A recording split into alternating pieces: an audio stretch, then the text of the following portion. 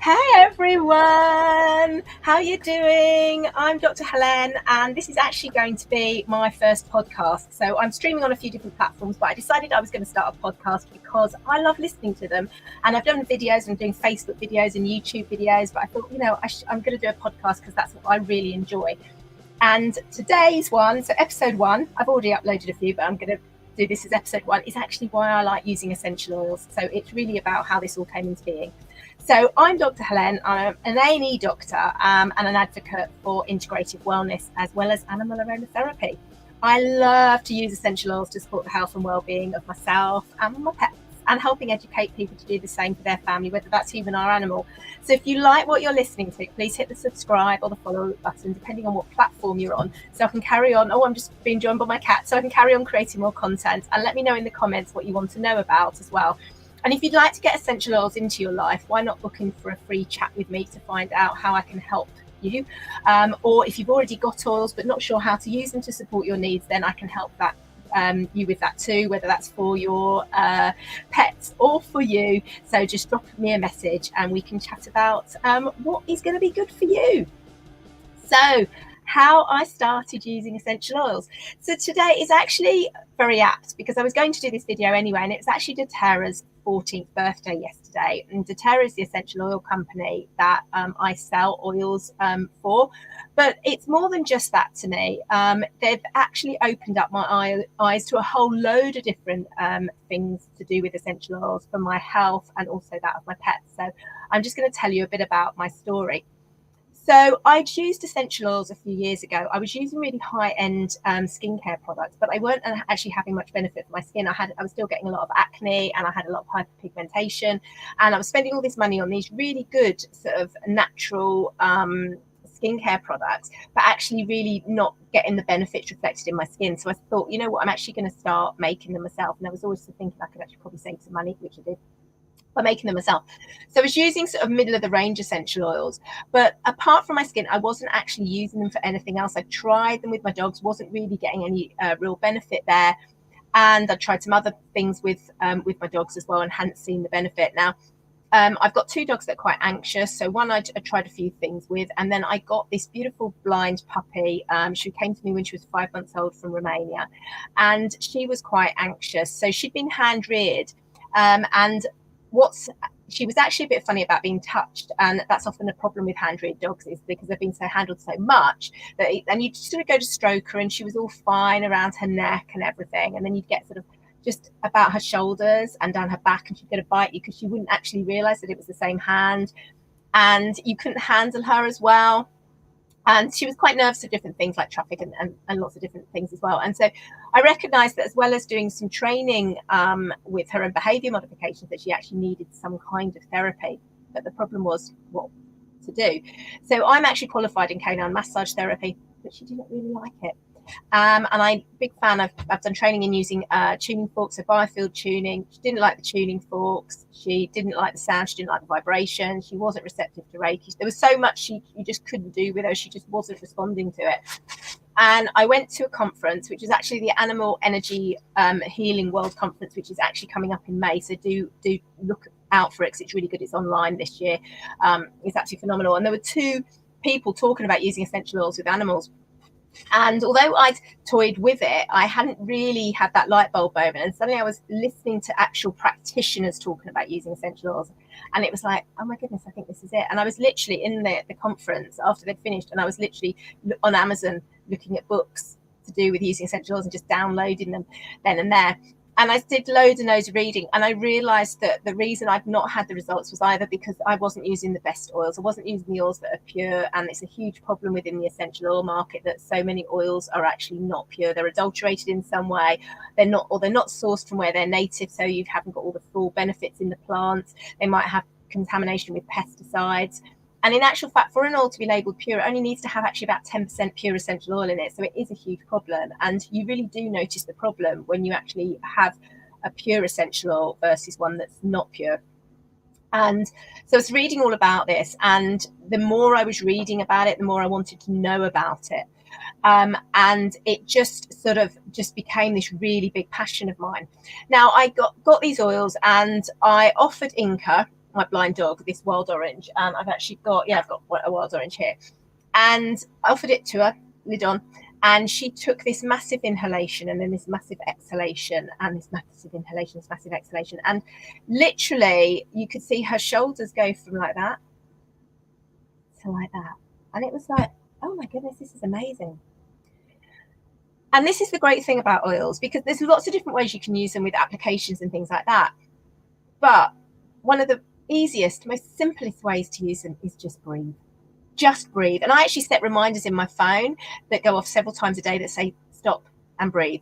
And all you've got to do is just do that. And you don't have to do anything active. You don't have to think mindfully. You don't have to think of grateful thoughts. You don't have to journal. You don't have to do some yoga. You don't have to meditate. You just have to breathe. And I've got oils in my diffuser. I actually have oils all around the house, so I can always grab them, but you just have to breathe. And so this is what I did with her. And I was like, oh my goodness, this is absolutely amazing. It is actually working.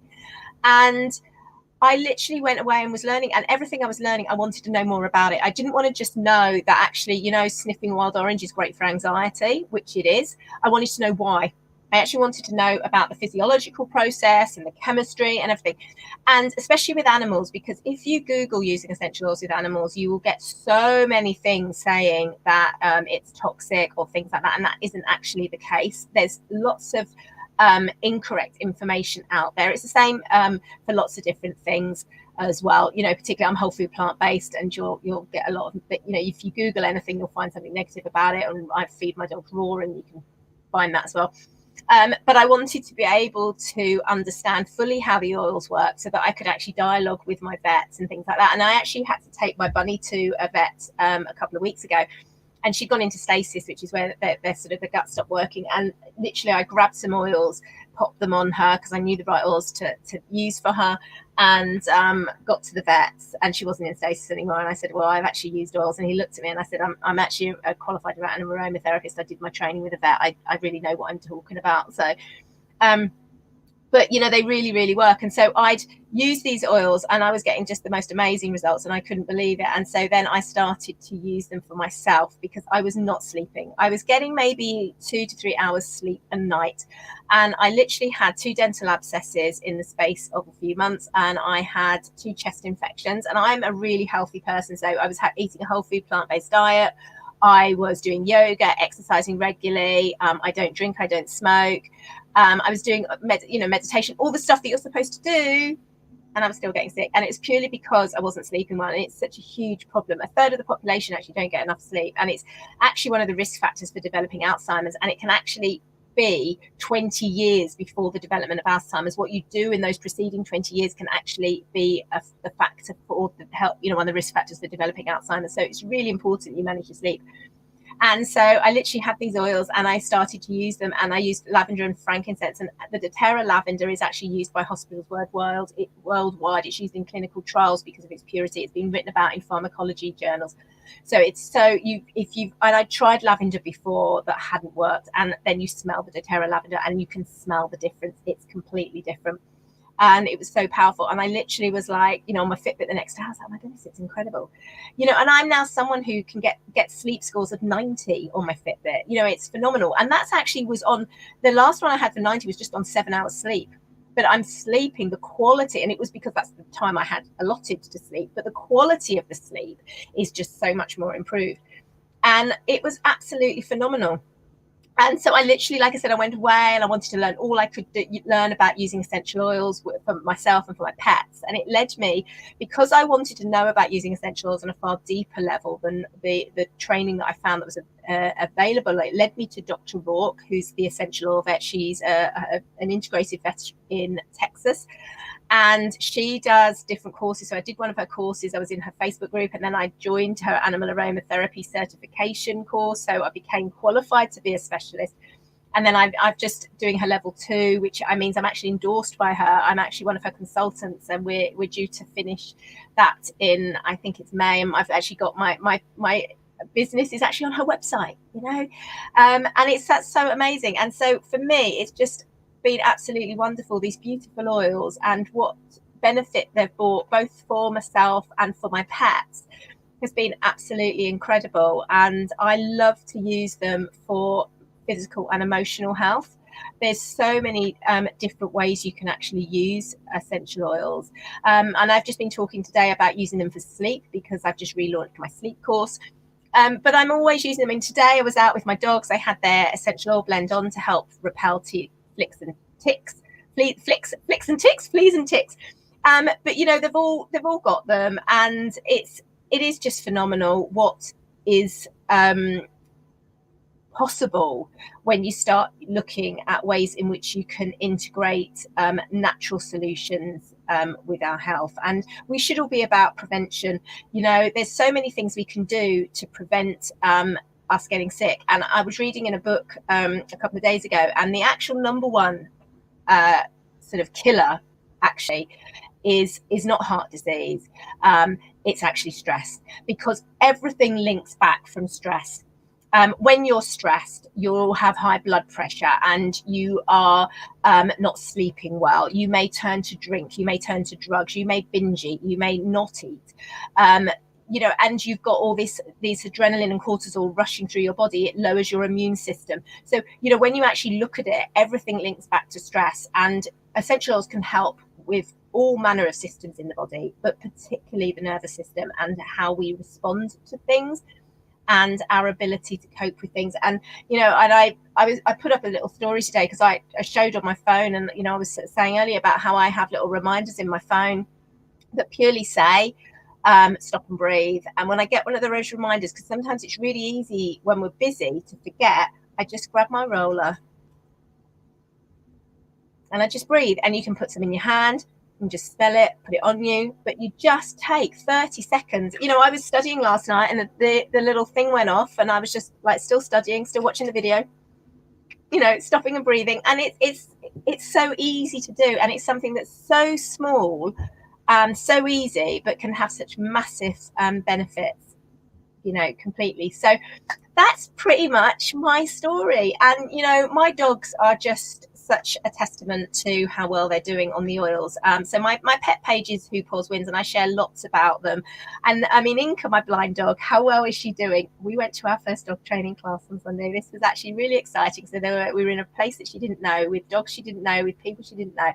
And she went to her first dog training class. And we'd probably have got to this point earlier if it hadn't been for lockdown. Lockdown's changed a lot of things, hasn't it?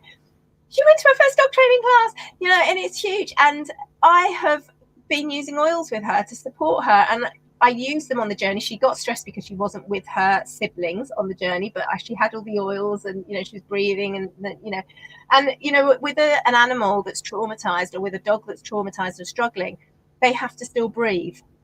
And you don't have to treat them, because sometimes a stressed dog doesn't want treats, they might not want toys, but you can offer them an oil and they've got to breathe. And that is just something so powerful, because that's something we all have to do, no matter what the situation is. We just have to breathe. And that's one of the things that I think is just so magical about essential oils. So I hope that's been useful for some people. Do let me know in the comments if you've got any questions, and if you'd like to know anything, and what you'd like me to cover. And please, everyone, stay safe, stay well, and take care. See you soon. Bye.